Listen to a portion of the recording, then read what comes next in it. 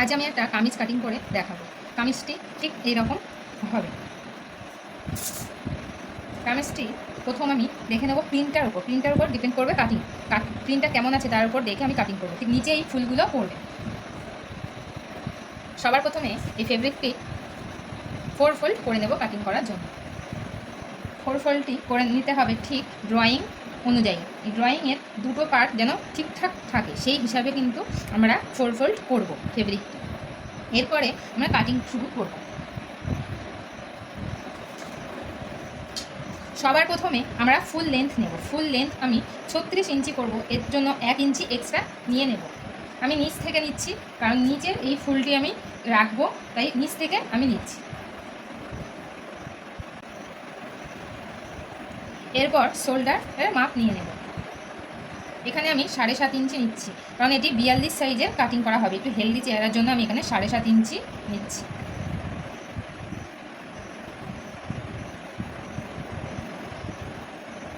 এবং এটি সোজা লাইন টেনে নিলাম। আর হলো ঠিক 7.5 ইঞ্চি নেব। এটা ওতে লম্বা লাইন টেনে নিলাম।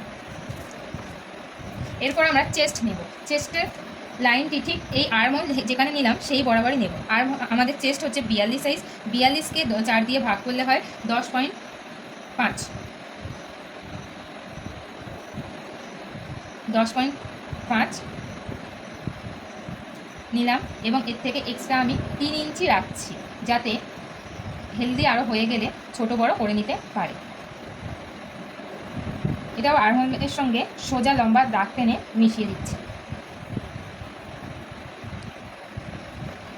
এরপর আমরা কোমরের মাপটি নেব। কোমরের মাপ নিতে গেলে শোল্ডার থেকে 14 ইঞ্চি অবধি একটা মার্ক নিয়ে নেব এবং এই 14 মার্ক যেটা নিলাম সেখান থেকে আমরা কোমরের মাপ নেব।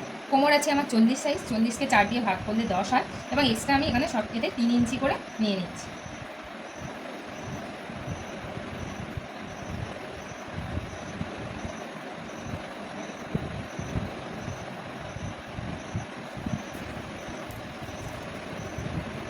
এরপর আমরা হিপের মাপ নেব। হিপ আমরা 21,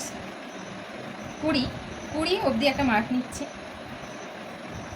এই 20 অবধি যে মার্কটি নিলাম সেখান থেকে আমরা হিপের মার্ক নেব। হিপ আছে আমাদের 42, সেটাও 4 দিয়ে ভাগ করলে হচ্ছে 10.5 এবং এর থেকে 3 ইঞ্চি এক্সট্রা নিচ্ছি। সব কিছুতেই আমি 3 ইঞ্চি এক্সট্রা নিচ্ছি। এর কারণ হচ্ছে যে আমাকে তৈরি করতে বলেছে সে বলেছে যাতে এক্সট্রা কাপড় থাকে।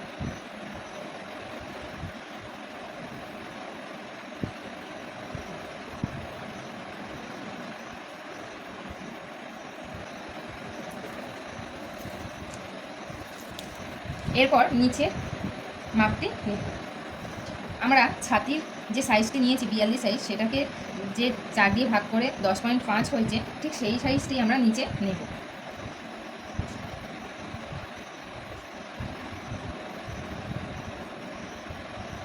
এবং এখানে 3 ইঞ্চি এক্সট্রা নিলে হবে না, কারণ এটা আমাদের নিচে ঘের হবে। 3 ইঞ্চি এক্সট্রা নিলে এখানে ঘেরটা অনেক হয়ে যাবে। এখানে ফোল্ডিং করার জন্য আমি 1/2 ইঞ্চি, ঠিক ফোল্ডিং ডবল ফোল্ড করলে 1 ইঞ্চি নিতে পারি।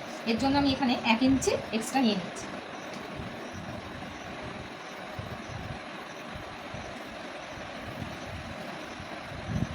এরপরে এই লাইনগুলো আমি জয়েন করে নেব।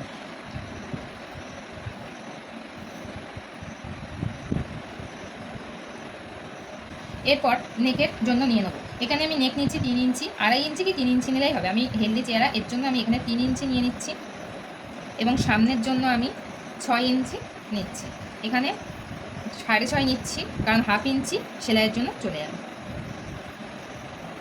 আমি সেফটি, সামনের সেফটি চৌকোর উপরে একটু নেব। আগে আমি এখানে কেটে নিচ্ছি। এরপর আর্মহোল আমি এখান থেকে 1.5 ইঞ্চি উপরে নিচ্ছি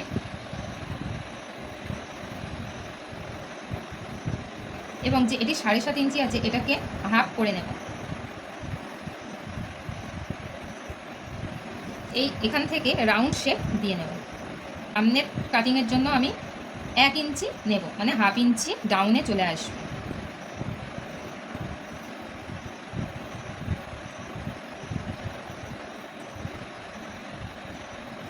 এটা সামনে, এটা পিছনে, কারণ সামনের পিঠে আর হলে আমাদের একটু ডাউন থাকে। এরপর আমি এটা কাটিং করে নেব।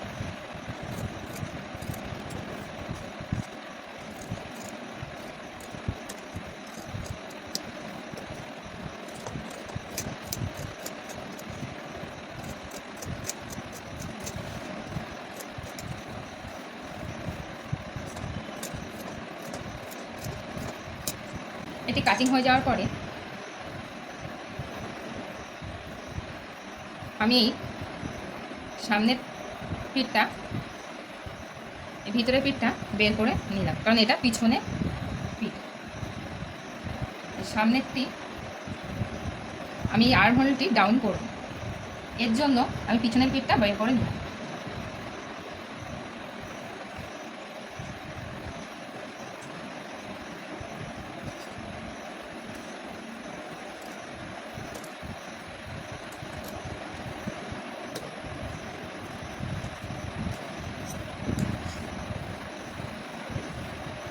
এই কোমরের এখানে একটা মার্ক করে নিচ্ছি।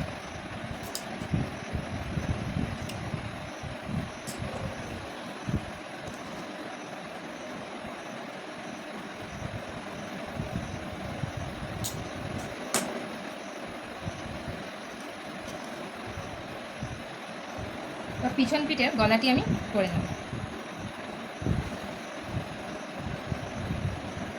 পিছন পিঠে গলা করার জন্য এখানে 3 ইঞ্চি নেব।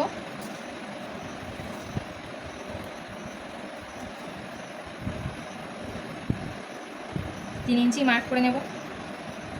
এরপর নিচে লেন্থে আমি 7 ইঞ্চি নেব। 7.5 নিচ্ছি, কারণ 1/2 ইঞ্চি মার্জিনের জন্য সেলাইয়ের জন্য চলে যাবে, তাহলে 7 হয়েই যাবে। এখানেও আমি 3 ইঞ্চি থেকে 3.5 ইঞ্চি চওড়া করে নিলাম। এখানে শেপটিও আমি হাতে করে নিচ্ছি। চৌকো রাখলে এরকম চৌকোই কাটিং করে দেবো, রাউন্ড করলে রাউন্ড শেপ হয়, এরকম যেমন যেটা ইচ্ছা করে নেব।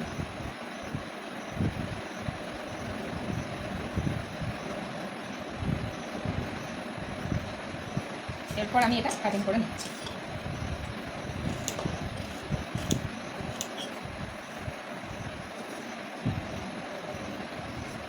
কাটিংয়ের সময় যদি অসুবিধা হয় তাহলে পিন দিয়ে সেট করে নেবে, তাহলে কাটিং উল্টোপাল্টা হবে না।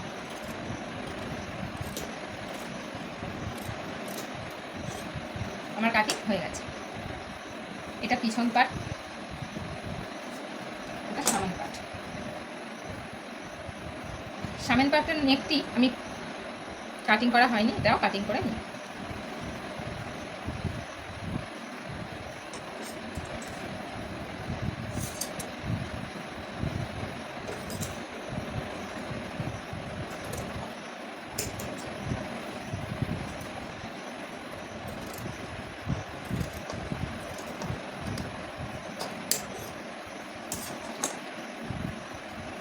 এটা সামন পার্ট।